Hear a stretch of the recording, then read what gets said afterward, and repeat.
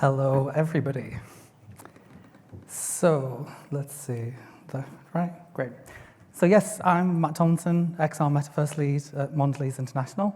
This is my first time at AWE in person, so please go easy on me. It's also my first time mic'd up, so I'll try not to be too loud into the mic. So yeah, we're going to talk about how we're using XR at Mondelez, which is one of the world's largest snacking company. I guess before we get to the XR parts, just a bit about Mondelez. So it is a huge, huge company. It sells biscuits, baked snacks, chocolate. We're number one in biscuits globally. We're number two in chocolate. There's over 120,000 colleagues working in 80 different countries. So the scope to use XR at a manufacturing company like this is really, really big. Then to the good stuff, to the products that we sell. Hopefully you recognize some of these brands. So we have some global iconic brands, Oreo, Cadbury, Toblerone, and then we also have some what we call local jewels. So here in the USA, you have Tate's cookies, which we don't have in the UK, so I'll definitely be stocking up on some of them before I go back. So if you couldn't tell by the accent, I'm from the UK. This is actually the place I work at. This is the Bourneville Cadbury Factory. So this is where Cadbury was founded over 200 years ago. It's actually the 200-year anniversary today. And I think that's, a really exciting kind of thing that we're doing with XR at such a kind of old company, with these really heritage brands. How do we take what they're already doing so well and improve it with XR and Metaverse when it makes sense to do so?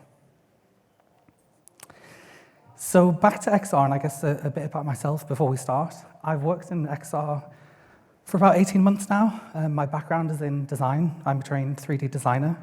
And I guess my journey into XR was a kind of natural progression from you design in 3D, you share a model using AR, you place some packs on shelf in VR.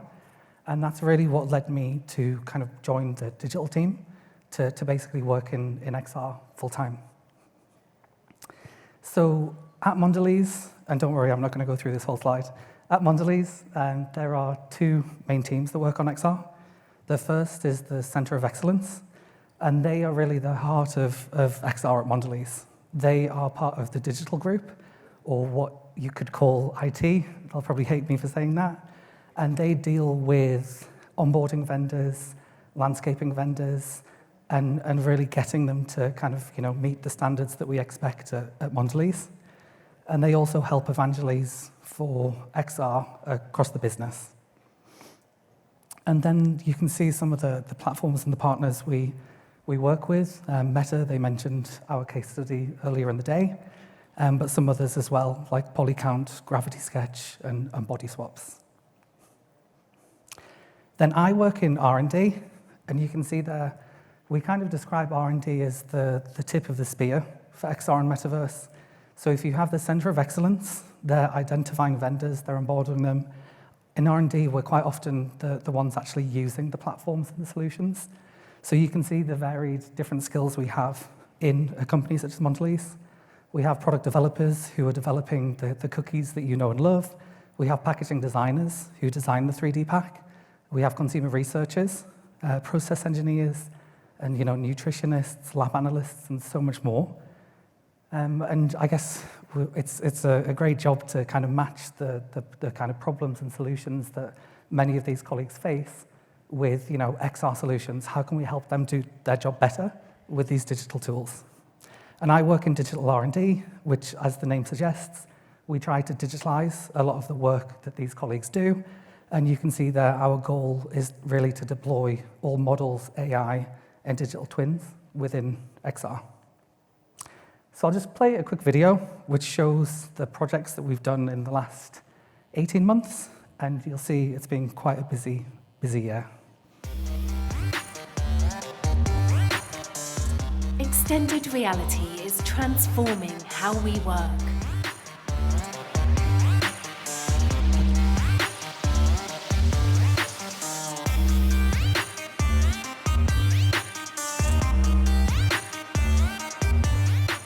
Making us more connected, so we can collaborate closely and dynamically. We're working to fast forward this progress every day. We've created a virtual space for innovation, made snack testing more immersive, and helped colleagues understand data better. We've taken learning to another level. We're thrilled to have you here with us for your virtual orientation. Made safety training more effective.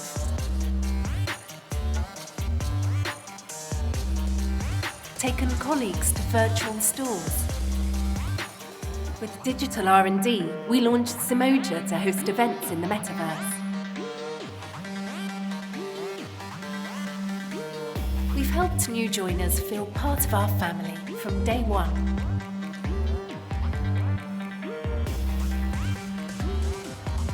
And delighted consumers with interactive experiences.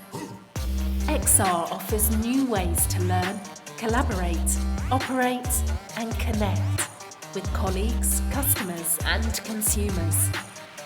So imagine what it could do for your team and connect with us. Together, we'll turn your ideas for XR into reality. So I will just say that was a video we created for internally. We're not actually offering to turn all of your ideas into reality. So yeah, I think the video does a great job in capturing the breadth of different XR solutions we have in the business. You know, from the kind of more standard onboarding, new starters, into some of the more novel use cases, like using XR for consumer research. And these are the kind of buckets that we group these different projects into. So the first is immersive learning, which we all know. Immersive learning helps with memory retention, and it's quite often much cheaper and faster. So that's a big space for us. The next is immersive consumer. So how do we drive engagement with consumers? You know, when they're shopping for our products, when they're consuming our products, how do we elevate the experience using immersive technologies, most notably augmented reality? The area we're really getting invested into now is digital twin or industrial metaverse. So I said at the beginning, we have manufacturing presence in, I think, over 80 countries. We have 12 R&D centers, each with their own pilot plant. So we're looking at how do we create digital twins of the equipment, the machinery, the manufacturing lines, so we can run simulations on the digital equivalent without having to take time out of an actual line to run a trial. So those three use cases, I'd say, are applied across Mondelez in manufacturing, in people services, and the other functions as well. Kind of my area, my remit as XR lead for R&D are two of the bottom areas that you see there.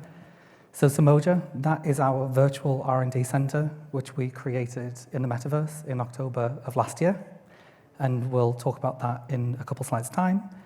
And then I guess it goes without saying, but a lot of the colleagues in R&D, kind of experimentation and doing things differently, it's in a lot of the kind of R&D colleagues' DNA. So R&D is a natural test bed for a lot of these new applications, letting people join the dots to see how can we use these new technologies to solve those real-world problems that exist for the colleagues in R&D. So just a bit about, I guess, how do we pick the projects we work on, and how do we take the projects from an idea through to global scale? And this is the kind of methodology that we follow, and it really is a kind of test and learn methodology. So it'll start with ideation and design thinking. As a designer, it's really kind of near and dear to me. Empathize with the problem, see where the potential benefits are, and really engage with the people who are doing this work to see if XR, is the right solution. I think, myself included, we're quite often biased that, we think XR is the solution to a lot of problems, when quite often it could be a simple digital solution rather than going all the way to XR. The number two there is test and learn. So we try to run really quick, kind of rough test and learns whenever we can. And I think speed is really of the essence there. Can we show that there's value? Is there an idea here that we should take further? And then if there is, we'll go through to pilot.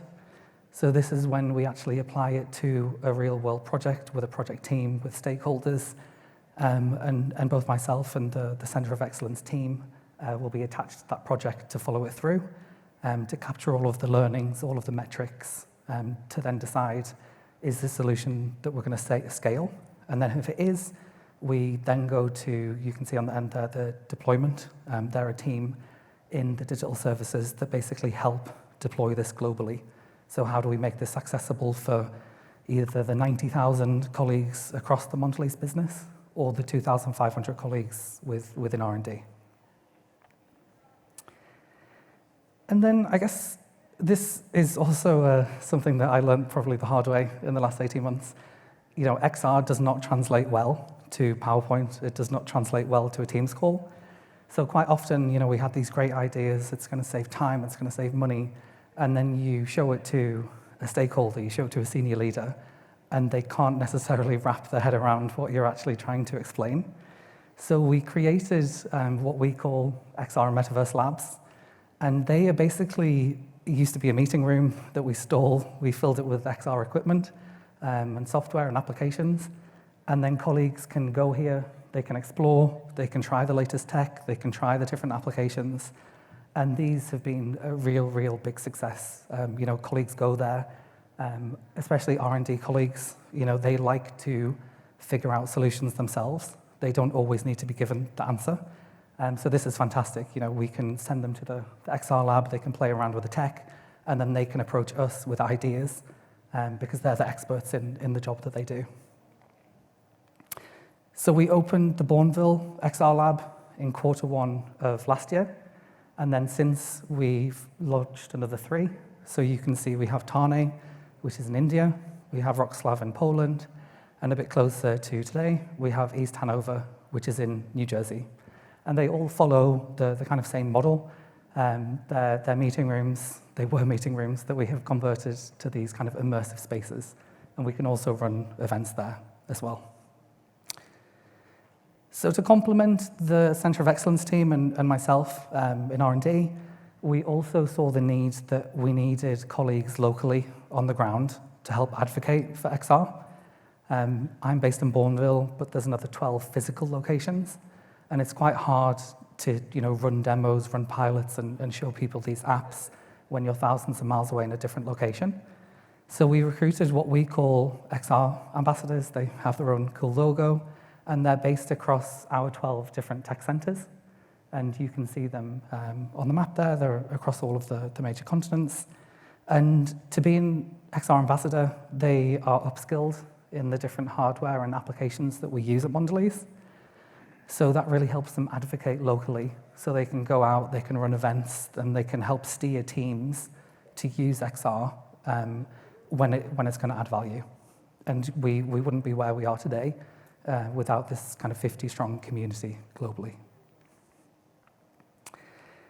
And then Simoa. So I mentioned this is kind of one of the big areas in R&D. It's definitely the biggest initiative that we have. And this was really brought about by the fact that R&D today operates across 12 physical tech centers. But we have experts and we have teams dotted around those physical locations. And it's not always the easiest to collaborate. If you're designing a new product, it's a 3D experience. It's easiest when you're around a table. That's quite difficult to do if you're in a different continent. So we really created Simoa as a place to unite the 12 different tech centers. And Simoa itself, it's a hybrid word. Simul means together in Latin, and Pomoja means together in Swahili. And we really picked that name just to kind of highlight the fact that Simoa exists to bring people together. So if people want to do a workshop, if people want to 3D model, if people want to do immersive consumer research, go to Simoa, and then that's where the work gets done. And you can see a quote there by Becky Smith, who's our technical director in digital R&D, and it highlights some of the areas that we're doing in Simoa. So people can attend exhibitions, they can research with consumers in the consumer suite. They can do 3D co-creation with apps like Gravity Sketch or Shapes XR, and they can also visualize data, quite complex 3D data as well. And then the bottom quote by Jay Gouliard, our SVP.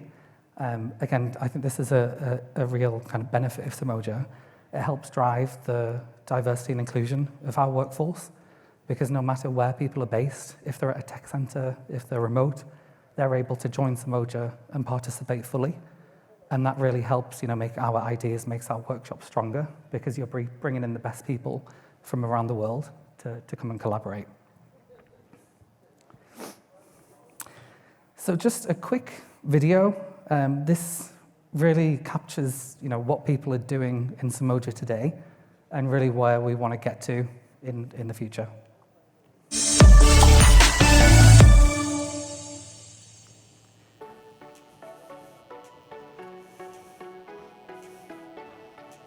Today, you can walk into an innovation center physically and use its facilities, such as the pilot plant, packaging studio, meeting rooms, etc.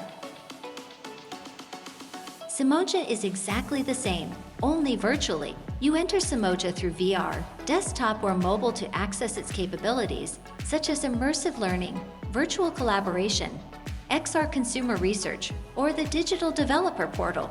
Simoa democratizes access to digital capabilities and is accessible to all R&D colleagues globally, open 24/7 across all time zones. So yeah, just a quick video, I guess, to kind of summarize, what is Simoa. I guess, for the benefit of this community, you can clearly see that Simoa isn't one platform or one application. Simoa is kind of the umbrella term where we gather these different applications. So we have Gravity Sketch, we have Shapes XR, we have Arthur, we use Zapper for some AR research as well. All of those different vendors sit under the Simoa umbrella, but to our 2,500 R&D colleagues, they don't need to know all of these different platforms and applications. All they need to know is if you want to work in XR and you want to work immersively, go to Simoa, and then that's where you'll do your work. So I think this is the last slide I have.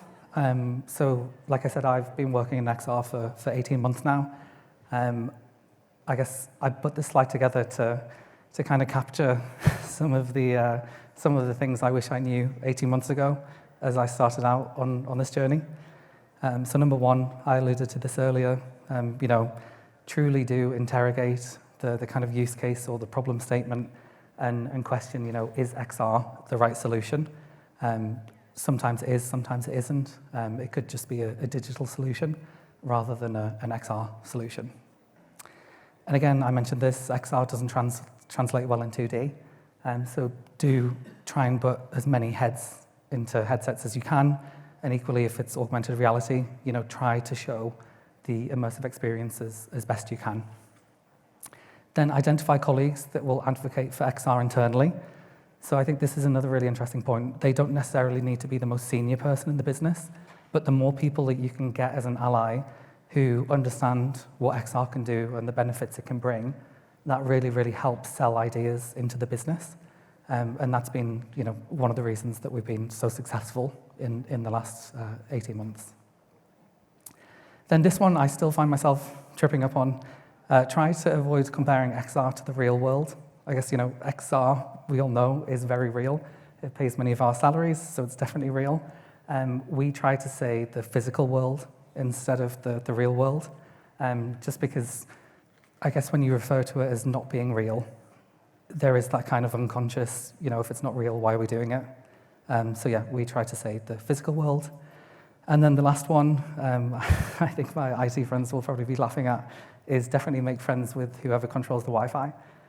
So sadly, corporate Wi-Fis, they're not as easy as home Wi-Fis to get connected to. So yeah, we did struggle at the beginning in terms of, getting headsets onto the Wi-Fi, dealing with randomized MAC addresses, which, was news to me. But yeah, the IT team has been great in kind of helping with many of those issues. So that's it for me. I think we've got 5 minutes left.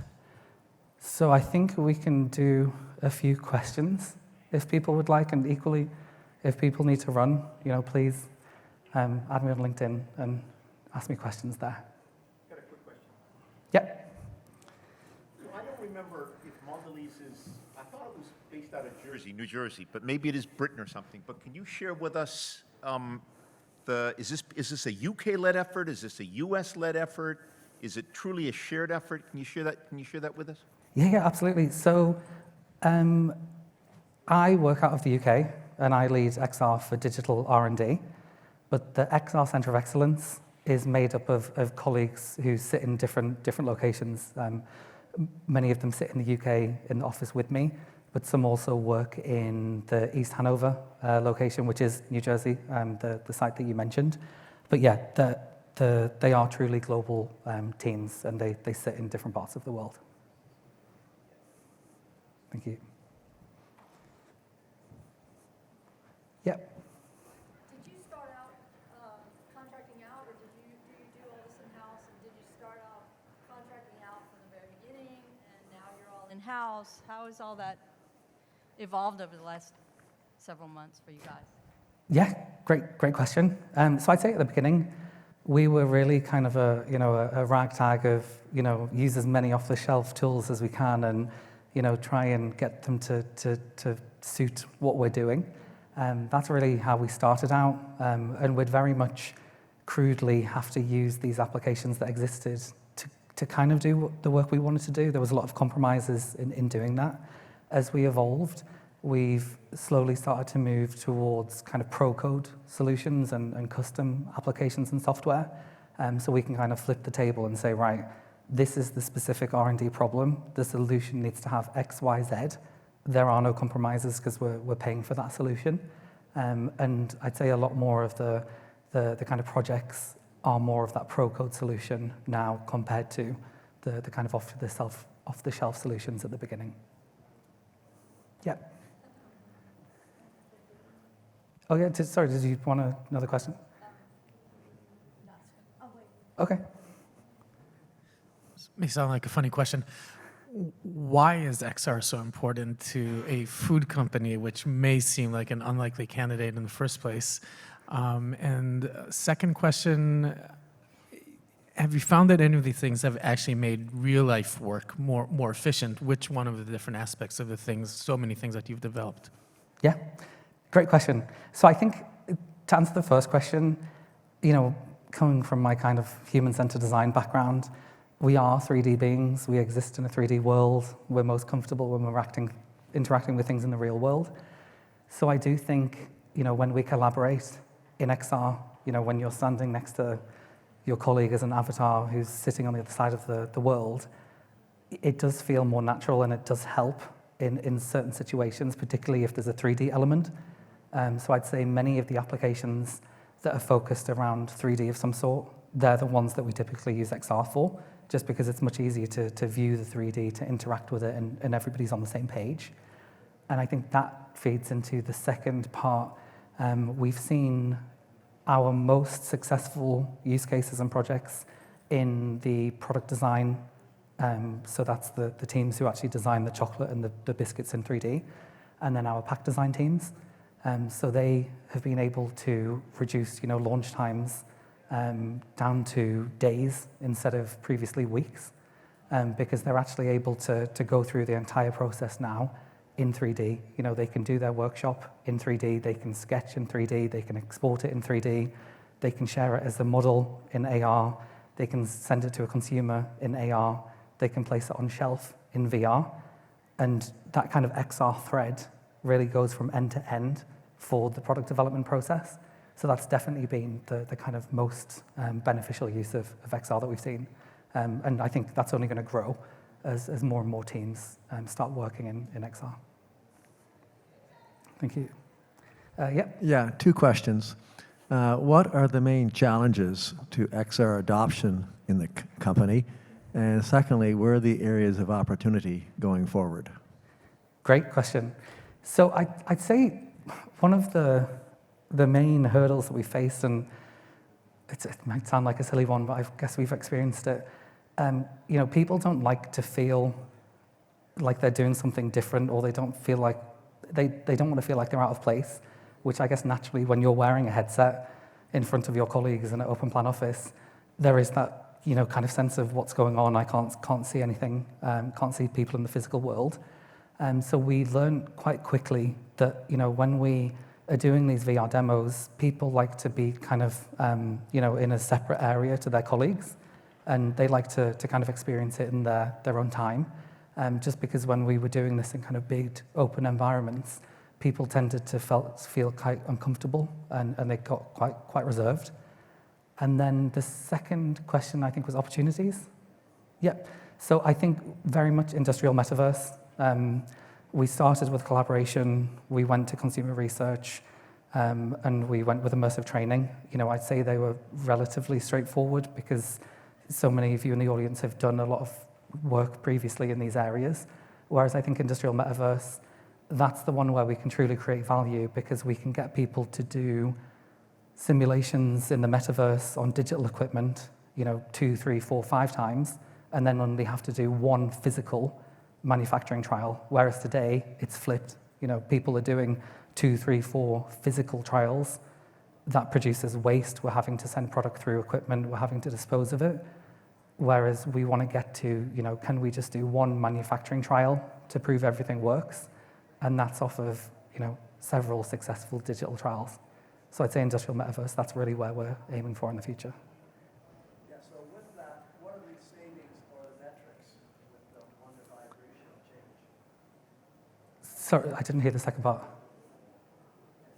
So with that switch over from doing simulations first, then one-time real, what are the savings or some of the metrics that go with that?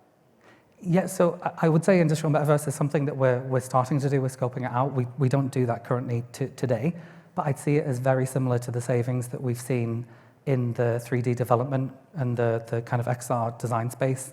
We're not having to do something physically and produce waste and take people off manufacturing lines and things like that. We can go straight from the digital solution, which people are already doing, and then actually run the trial that way. So you get all of the savings from doing the real world trial, which you can imagine sending several hundred tons of chocolate through a factory.